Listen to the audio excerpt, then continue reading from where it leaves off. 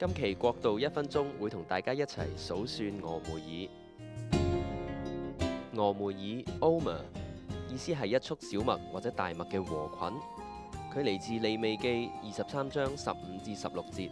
你們要從安息日的次日獻禾捆為搖祭的那天算起，要滿了7個安息日，到第7個安息日的次日，共計50天，又要將申訴祭獻給耶和華。數算俄梅爾為期50天，就係每年嘅逾越節去到五旬節之間，亦即係2016年嘅4月23日黃昏去到6月10號嘅黃昏。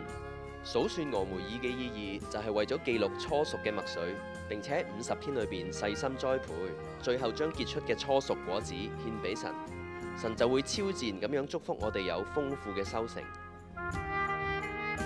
如果你忽視初熟嘅果子，神都會忽略你嘅成長。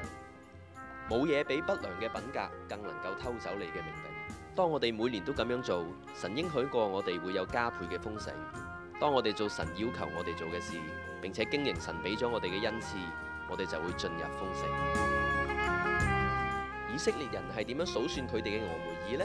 佢哋喺逾越節之後，就會去田裏邊將生出嚟嘅麥穗做標記，作為初熟嘅果子。然後喺50天之內，每一日去澆灌、除草同埋鬆土。經過50日嘅勞苦，就將呢啲有標記嘅初熟果子帶去聖殿獻俾神。原來耶穌都有數算佢嘅俄梅爾。耶穌喺死而復活之後，即刻去門徒中間開始數算佢嘅俄梅爾，因為門徒就係佢嘅初熟果子。耶穌花咗多日嘅時間去培育門徒嘅生命，佢將彼得嘅懼怕、門徒爭論嘅野心，仲有多馬嘅懷疑呢一啲嘅雜草，通通都拔除。去到五旬節之前嘅10日，佢升上天，將初熟嘅果子獻俾神。神嘅膏抹就降臨喺呢啲初熟嘅果子，就喺呢啲門徒嘅身上，福音就開始遍傳。所以耶穌就係初熟果子嘅主，而父神就係莊稼嘅主人。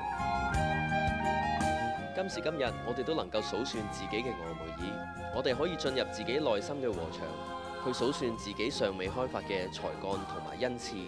我哋要每日用禱告嚟澆灌我哋個人嘅麥穗，又喺我哋嘅品格入邊除草，除掉內心嘅不饒恕、憤怒、懼怕等等，又要努力去培養我哋嘅才幹同埋恩賜。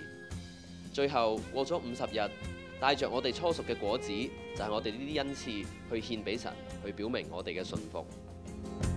如果你想知道更多，歡迎你嚟 like 同埋 share 我哋國度復興報嘅 Facebook 專頁。